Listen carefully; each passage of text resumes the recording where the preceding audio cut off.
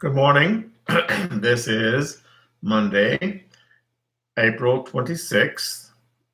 I've already published my canvas for today. Make sure you check into that because, there's always announcements on it. One thing I put in my canvas assignments, look under assignments, canvas assignments. For today, there's one for every day. They're clearly marked. But I put several things in there today. Some works of art, of Romanticism, as well as a couple of videos that, once again, are romantic in their nature. I really wish so much that, of course, we were back in school. Because right about now, we would either be having watched Amadeus, about the life of Mozart, or we might be starting on Last of the Mohicans, which is one of the great films of the 1990s. I never get tired of watching it. We watch Last of the Mohicans because it is a film that is, taken from a story by a guy named James Fenimore Cooper. James Fenimore Cooper was one of the first great American writers, and he writes this story, Last of the Mohicans, which is the prototype definition of Romanticism,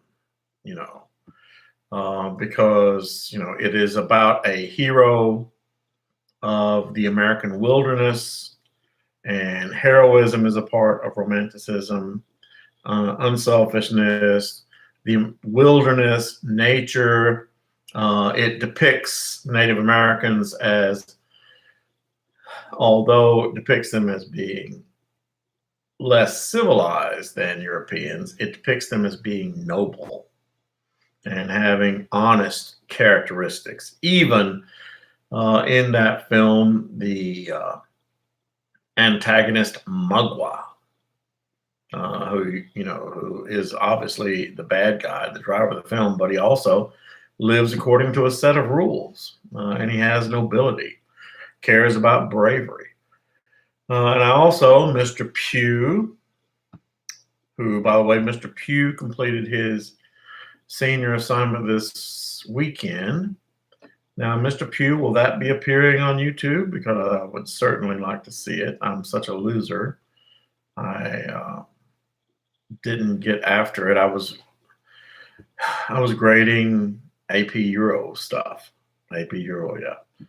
But anyway, I want to congratulate Mr. Pugh on finishing his senior project, his senior exit project. Now, also, Mr. Pugh, if you recorded that, perhaps you can make it available to me via email, link, or something like that. So please do that. But I did send you a lot of stuff about Romanticism. We, once again, on Friday, will be having the test over this unit, Revolution and Romanticism. There will be a matching section, and the matching section will have matching several pieces of art from people like Jacques-Louis David, who did The Death of Marat. Also, the portrait that I sent you today of Napoleon. Jacques-Louis David loved Napoleon's face. Jacques-Louis David, the official painter of the French Revolution. Yeah. And he did romantic. He actually did some neoclassical, but he also did romantic paintings. Eugene Delacroix, who did Executions of the 3rd of May, which I will send you tomorrow. Execution of the 3rd of May, a very romantic painting. But he also did The Combat of Hassan. What makes romantic art romantic, as we're about to go over? Romantic art, its subject matter, its nature, it's the macabre, meaning the supernatural, the macabre. It's also, though, heroism. In romantic paintings, you see the characters totally flex. Their muscles are just, bulging. And if it's an animal, their fangs are bared or their teeth are bared. Uh, or if you see them right at strike. And I mean, once again, if you've ever looked at the front cover of any comic book, particularly a superhero comic book, it shows the characters, in the middle of some battle. And they're just right in the middle of the most dramatic moment. Or romantic novels, you see, of course, the woman looking very ravishing and the male looking very manly. And, to be real honest, just about any cover of a musical CD or a DVD, they put a dramatic pose on there, and that's romanticism. And so, yeah, I give you a lot of things to look at today, and we will continue to talk a little bit of romanticism as we go on. But let me pull that up where yes, if you have your study guide, Arts and Humanities, Revolution Romanticism. Okay. If you recall, we should be at Roman numeral 5, V, 5, and part D. We were talking about the results of the Industrial Revolution. The Industrial Revolution, one of the many results of the Industrial Revolution, one was result of consumer goods. What are consumer goods? Consumer goods are things, well, it's what people use on a regular basis. Sugar, furniture, clothing, personal items.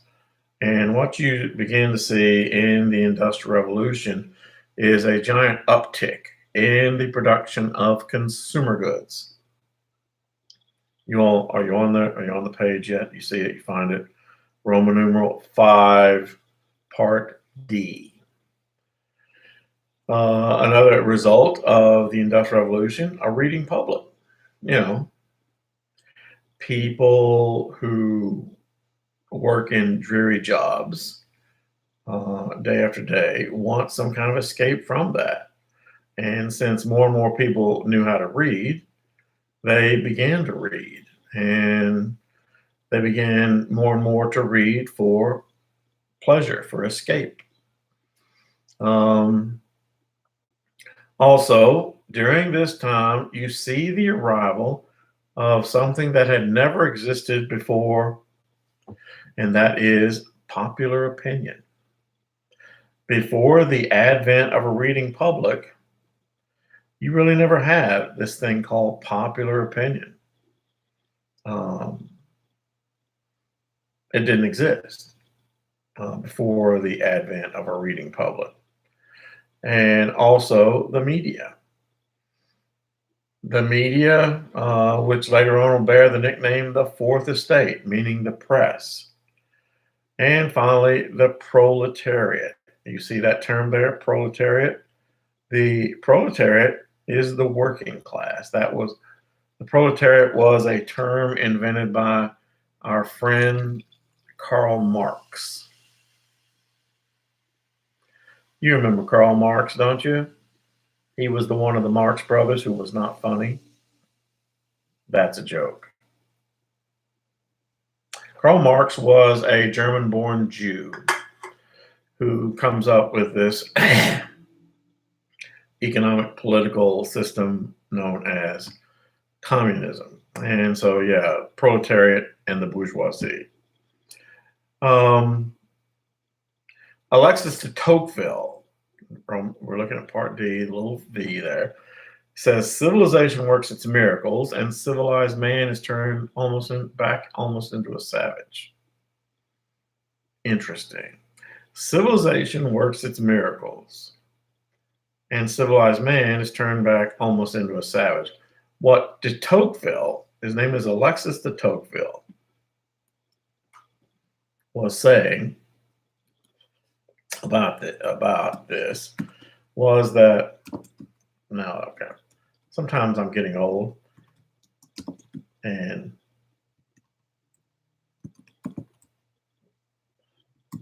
I have trouble remembering names. But yeah, Alexis de Tocqueville was a writer, commentator who traveled not just in Europe, but in the Americas. And he visited the city of Manchester, England, the prototype. Manchester, England was a prototype industrial city. And he made a couple of comments about it. One, the profit margin to come out of Manchester, and the other was what it did to people. I mean, the bad thing about the industrial process was that it really wrecked the lives of lots of people, meaning that you have, during the industrial age, you have tremendously large numbers, hundreds of thousands of people living in small, cramped spaces, living without privacy, living without proper sanitation, living without safe drinking water. And living in those conditions, like I said, has turned man almost into a savage for those who had to live in that. Okay, and so that's what he meant. Now let's go on to Roman numeral 6 and talk about, and these will be on your these names. It's good to underline them. Into this arena of the doldrums, meaning workers working on a regular basis. I don't mean regular, I mean every day, 6 out of 7 days a week, and working at monotonous, very difficult jobs, very dirty jobs.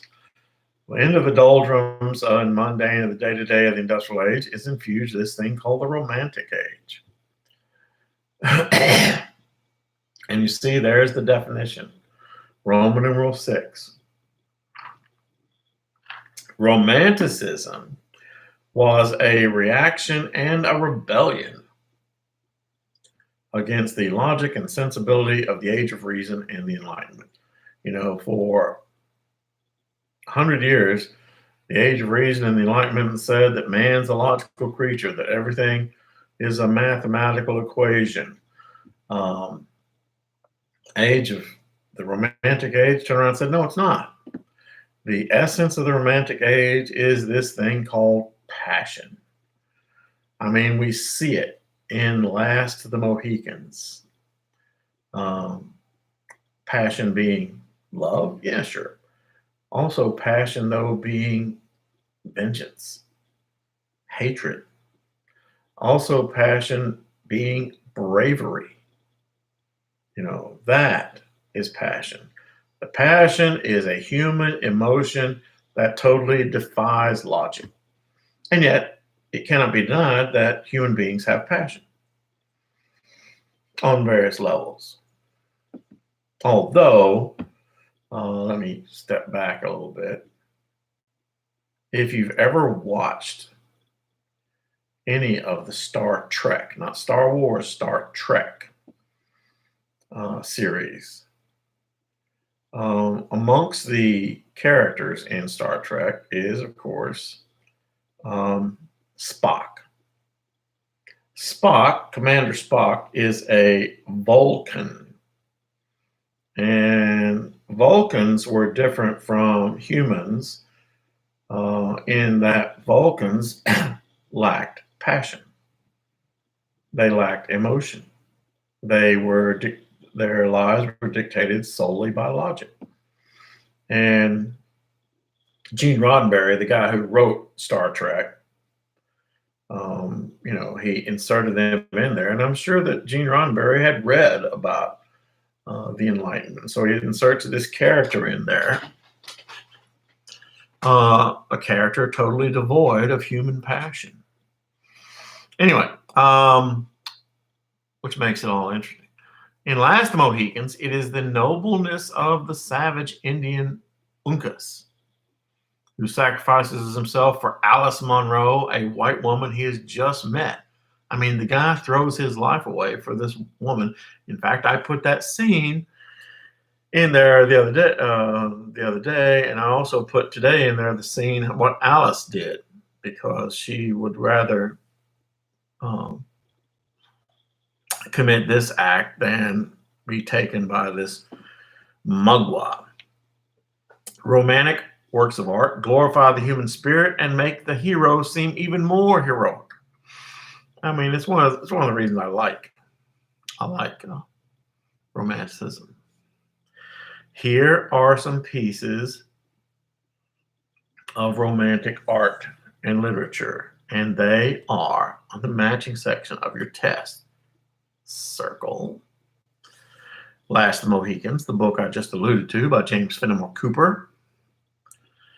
Frankenstein. Remember, a lot of people forget that Frankenstein, Dracula, The Invisible Man are romantic books. And it's not because there's lots of hugging and kissing in them, but it is because it is about the macabre. It is about the supernatural. It's about things that defy logic.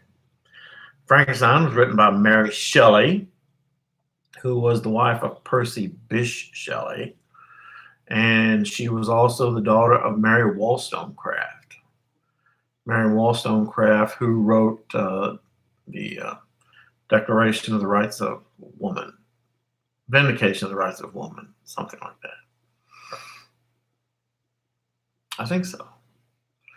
Anyway, so yeah, Mary Shelley wrote Frankenstein. What is Frankenstein? Frankenstein is romantic because it concerns creating this creature, this live creature, out of basically human body parts that have died and regenerating them. See, that's not logical.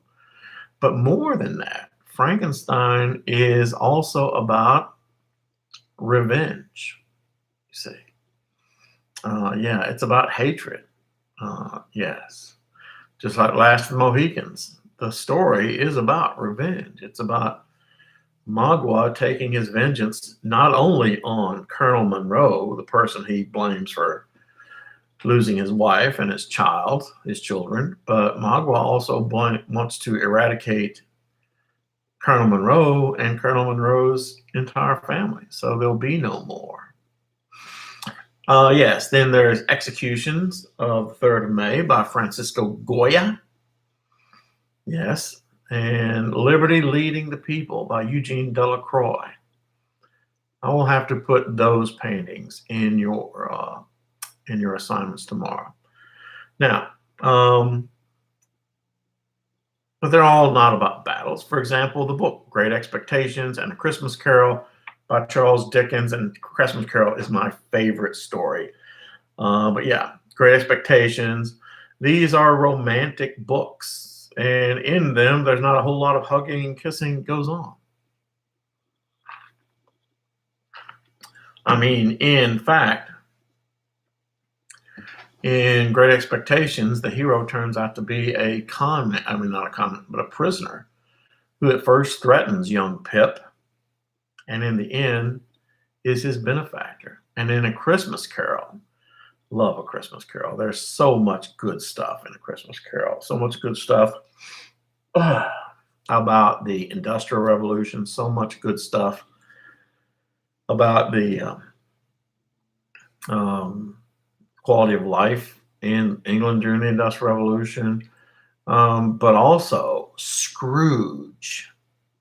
In A Christmas Carol, Scrooge is portrayed by Charles Dickens as the man of the Enlightenment. Remember that Romanticism is a reaction, a snapback, a breakaway from the Enlightenment. Scrooge is a logical person. Scrooge is a logical person. What does Scrooge do? Scrooge takes care of Scrooge.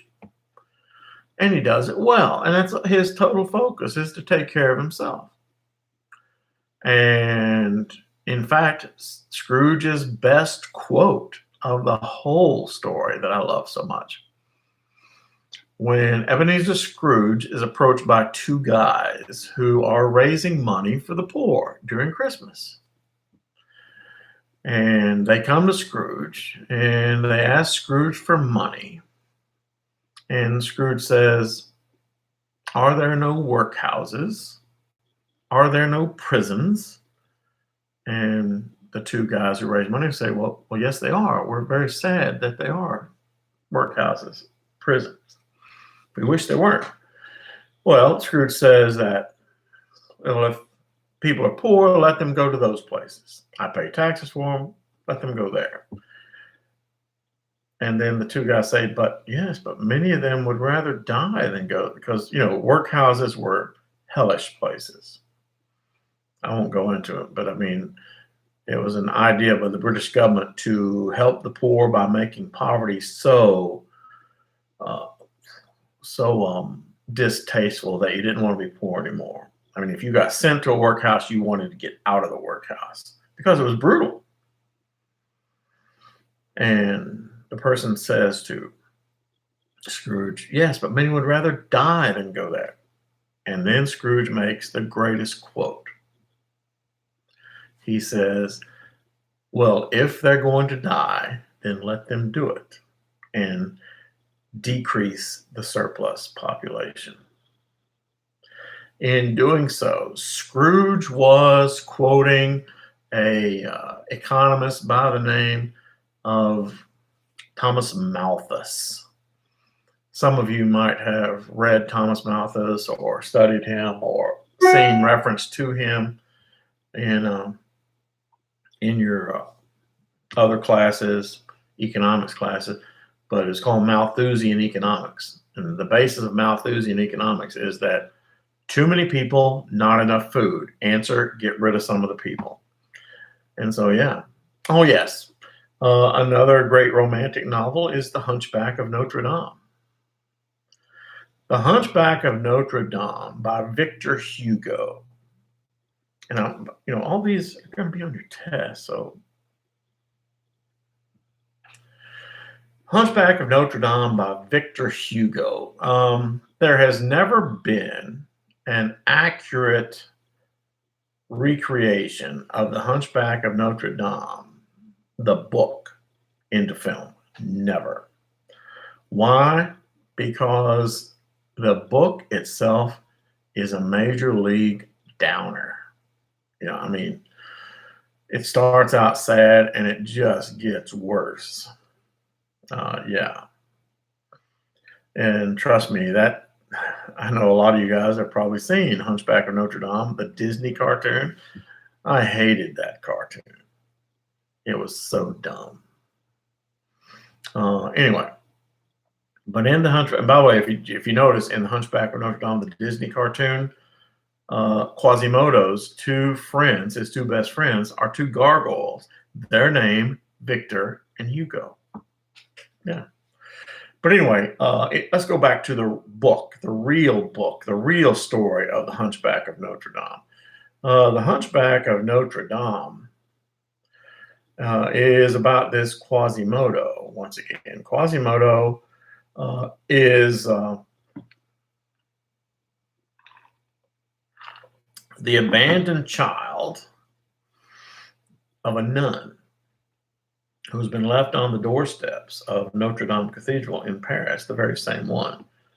And he is taken in by a priest there, a guy named Frollo. And Frollo says, and Quasimodo, not pretty, obviously. Quasimodo has the hunchback. Quasimodo has the limp, and his face is horribly misshapen. Even as an infant, people go, "Whoa, dude." But Frollo takes him in. Out of kindness, no. Frollo wants a personal slave. And that's what he turns Quasimodo into, his personal servant, a slave. And keeps Quasimodo up in the bell tower. And so Quasimodo lives in seclusion away from everybody else because he's so hideous. And he becomes known as the bell ringer. That's what he does. And There are lots of things that happen to him. He slips out. He is captured, and because he upsets people, they beat him. They beat him, and then they tie him down. They tie him down to beat him, and he is thirsty, and he starts crying out for water. And that's when the gypsy girl, beautiful gypsy girl dancer Esmeralda, shows up, and she gives him water. And Quasimodo is just so overwhelmed by this one act of kindness. In fact, the only redeeming thing in the Hunchback of Notre Dame, the original one, is Quasimodo's love for Esmeralda. Now, it's not love, don't think of it as, oh, this is going to be another romance. Nothing like that. Quasimodo loves Esmeralda, but Quasimodo's love for, and that's the best thing about the book, Quasimodo's love for Esmeralda is what we call agape. Total selfless love. Total, and it's so much of the romantic period. Agape love, the love one has for somebody else that is totally selfless. You would do anything for this other person and want nothing in return. I mean, Quasimodo knows what he looks like, and he doesn't want necessarily, he doesn't imagine that in the worst day of days that Esmeralda could ever return that love. And he doesn't expect it. But, every other character in the story is just twisted. Esmeralda herself, she loves the captain of the king's archers. I forget what his name. But anyway, now in the movie, the little movie you watch with Disney, the Phoebus, the captain of the king's archers, is portrayed as this, very virile and very noble person. In the book, he's a jerk. He, Esmeralda, he thinks that Esmeralda wants to hook up with him, and that's all. And so he invites her up to his apartment, and, they begin, I don't know what you call it, making out or whatever. And Esmeralda actually uses the M word, marriage, to which Phoebus says, but I am married already. And Esmeralda tries to get away from him. He tries to prevent her from doing that. And Esmeralda stabs him. Yeah. And then runs out screaming and is actually put on trial for his murder, although he really doesn't die. That's what's interesting. But Phoebus is going to let her hang for his murder because he doesn't care about her. Frollo, the priest, loves Esmeralda as well. Although I think love is not the right word. Let's say he really wants to have sex with her. And of course, for once, Esmeralda's like, dude, no. And so Esmeralda is being led out to be hanged, and out pops Quasimodo. Remembering that she gave him water, he saves her, takes her up in the bell tower, and holds her above his head and says, "Sanctuary! Sanctuary!" Yes. And after that, a lot of things happen. In the ending scene, though, Quasimodo, because Frollo tries to rape Esmeralda, Quasimodo throws Frollo off the tower. Esmeralda is hung for the murder of Phoebus, which never actually occurred. And the end of the story depicts Quasimodo finding the coffin of Esmeralda, crawling into the coffin with her. And there's like an epilogue at the end of the story where the coffin somehow pops open, and they find the skeleton of Esmeralda, and Quasimodo wrapped around it, loving her to the very end. Yeah. And I mean, it's a downer. It's a downer. And finally, Ode to a Grecian Urn by John Keats. Any type of art that glorifies nature, the macabre, I mean, yes, is considered a romantic art. And you know what? We're going to end there um, and pick up with part C tomorrow. I'm going to send you some more of these pictures of art as well as that. And but yeah, our test will be Friday, and I think we're going to sign off now. You guys have been a great audience. Try the veal. For now,